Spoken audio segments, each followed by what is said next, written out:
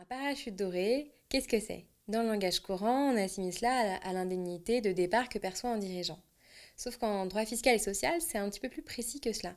Parce que tout d'abord, on va plutôt faire référence au parachute doré quand on parle d'indemnité de cessation forcée des fonctions d'un mandataire social. Donc c'est pas un départ volontaire ou négocié.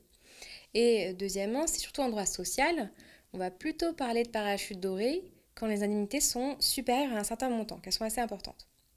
Donc il y a des nouveautés bien sûr sur ce régime. Donc on va peut-être rappeler le régime antérieur, c'est que ces indemnités de cessation forcée donc pouvaient bénéficier d'une exonération fiscale et sociale. Tout d'abord d'une exonération d'impôt sur le revenu égale à soit le double de la rémunération annuelle brute de l'année civile qui précède la rupture du mandat ou du contrat de travail, ou bien 50% de l'indemnité totale.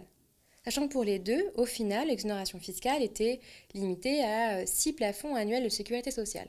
Donc 6 passes, c'est environ 230 000 euros. Et puis, ou bien 5 passes en cas de mise à la retraite, donc plus spécifique. Et puis socialement, on pouvait bénéficier d'une exonération partielle de cotisation sociale dans la mesure où l'indemnité totale était inférieure à 10 passes. 10 passes étant environ 380 000 euros. Donc aujourd'hui, on l'a bien vu, la tendance est à la transparence et à la responsabilisation des dirigeants. Donc en gros, les parlementaires ont voulu dire on va limiter ces exonérations. On ne peut pas avoir le beurre et l'argent du beurre. Donc l'indemnité de cessation forcée des fonctions est désormais, depuis le 1er janvier 2015, l'exonération fiscale a été divisée par deux. Donc avant, on parlait d'une exonération à 6 plafonds annuels. Maintenant, c'est une exonération qui est limitée à 3 plafonds annuels de sécurité sociale. Donc environ 113 116 000 euros. Et cette exonération, donc, c'est un plafond unique. C'est-à-dire que même s'il y a un contrat, un cumul avec un contrat de travail, ou s'il y a plusieurs mandats sociaux au sein d'un même groupe, on va uniquement appliquer ce plafond de 3 passes.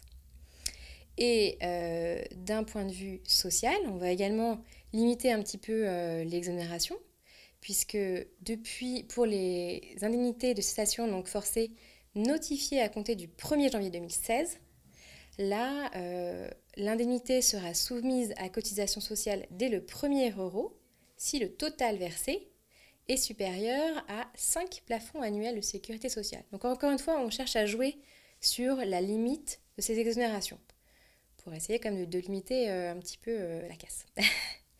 Et peut-être également, autre point à préciser pour l'exonération fiscale, c'est que même si des petits malins chercheraient à verser l'indemnité en 2 temps, c'est-à-dire sur 2 années civiles successives, on va prendre le total versé, même sur 2 années civiles successives, pour appliquer une seule fois ce fameux plafond de 3 plafonds annuels de sécurité sociale.